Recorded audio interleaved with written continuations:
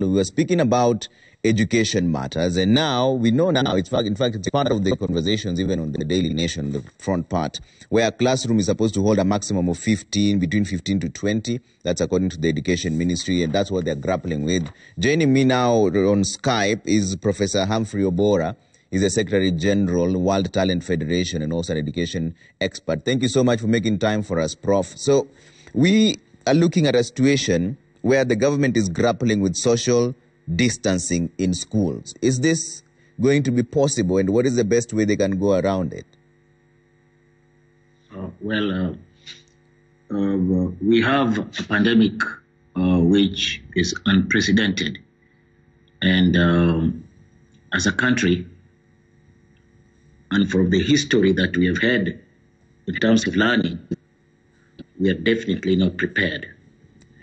We are not prepared because, one, in consideration of the demographics of learning, and looking at those demographics in terms of age, learning disparities to include learning disabilities, situations that now require social distancing, wearing of face masks for even very young children is not really going to be very easy.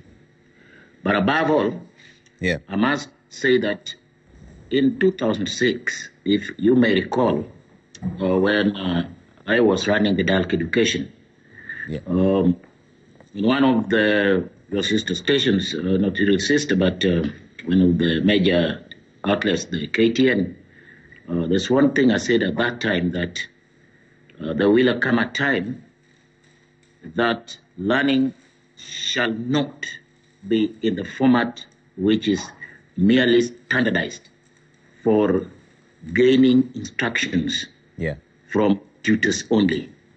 It so happens right now that the corona pandemic has brought some of those issues to the fore. That should we really continue learning in the old model in which we confine people to four walls and give standardized instructions. If I were the Minister for Education, I would certainly not just be thinking about when shall we open schools, what shall be the protocols for social distancing. I will be much keener on, one, is it not the time for us to go back and check to the inner core of learning?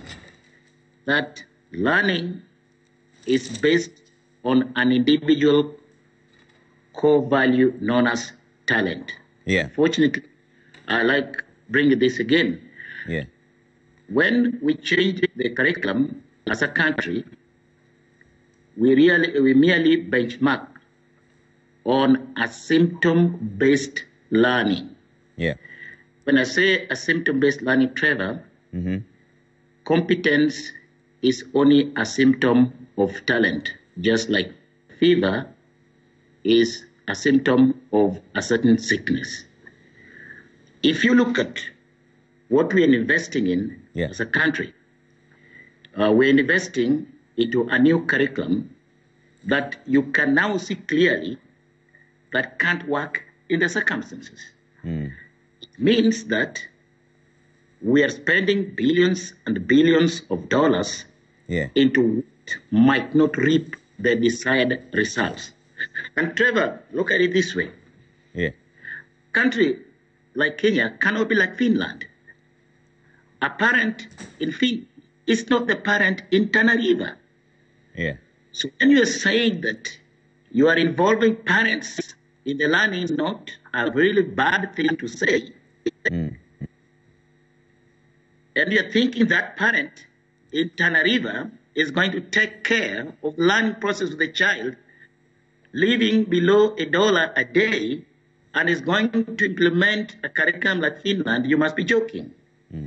If we're thinking as a country that today we are going to achieve results based or naked eye guesswork. Look, you're saying you're going to implement, forget about the medical issues of social distance. These are very basic things. Yeah. You're saying that you want 6, 7-year-olds to learn based on their competence. Question 1, how shall you know those competences? Question 2, if you are not sure how you shall know them, can you imagine the impact if those children's competences were misdiagnosed and placed in the wrong careers? Yeah. These are fundamental questions that you need to ask yourself. Now, added with a pandemic like what we have right now, Trevor, you can imagine the impact in the learning process. So in terms of your question, well, I'm not a medical doctor, but I know that my country is not that rich. In fact, many regions in this country, children have been studying in large numbers, very dilapidated classrooms. Now, when you're talking about reducing that number, yet just a short while ago, we were going through a political and popular statement, no learner shall be left behind. All must go. And people, experts, were complaining. Well, it is good for us to leave no one behind. But it is very wrong to have everyone going to end up with exactly nothing in what you imagine to be right. If you had 100 kids in one classroom with one teacher, you don't have those prepared teachers. You don't have those many classrooms. You want to pull in a magic during corona pandemic to reduce that to 2025. Then you must be daydreaming if you're in a third world country like Kenya. So what do we do now that we're in this situation finally, Professor? Right. Trevor, I know an old story that a young man was sent to go and buy a textbook for class 8. He missed it. So he decided to buy 2 for class 4. Now, what do you think there? Is this guy a genius or a fool? Ni fala ama ni nini? The answer lies in there. Any person on this continent, in this country, that thinks education and not learning will just think like that. You got to understand that learning changed a long time ago. Learning is no longer based on 4 walls, Trevor. Learning is out there. Learning is adventurous, is experiential. That's number 1. So if I were thinking in my situation right now, I would not be thinking merely 4 walls of a class. I'll be thinking in terms of exploring learning differently. But that calls in something else. Our learning thinking in 4 walls has always been based on one thing. We want to only provide instructions. And we want to standardize and get examination terms of assessment out of that standardization. That old model must go. And this has presented it now that we can now do non-verbal array tests. That's Trevor. I am not very academically endowed. For us who in talent, academics is just one dominant forms of talent. It's just one of the domains we call it intellectual talent. There is a lot more, 3 other domains which you can deal with. And in so doing, Trevor, most of you guys in the media industry, you know very well that many of them are not graduates.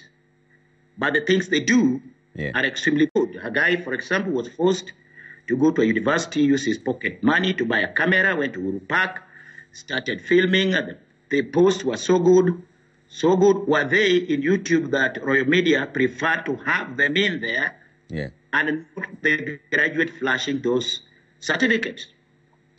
The question is that simple to the Minister of Education. Why would Royal Media employ the guy at Uhuru Park and sometimes leave out the graduate from days? Why? If you have a means of knowing that there is other forms of learning, other forms of assessment, then there can't be a better time, Trevor, to do this. And that requires a change in model. In the Douglas Odhiambo Commission, where we made serious presentations for which a lot was borrowed. And I spent a lot of private time also with the late Douglas Odhiambo. We talked at a lot of length about how we can implement in Africa a system that is affordable, is simple, and futuristic. Because, Trevor, many of our people in the learning systems, especially the managers, are very interested in what they knew or they know now. But in learning, it is not what we have now or what we had. It is about what will come. And if you don't have any knowledge about what will come, then you can see where you are with some of these problems. All right. Thanks, Professor. We have to leave it there for now. Professor Humphrey Oborah is the Secretary General, World Talent Federation, talking to us about the road to resumption of school.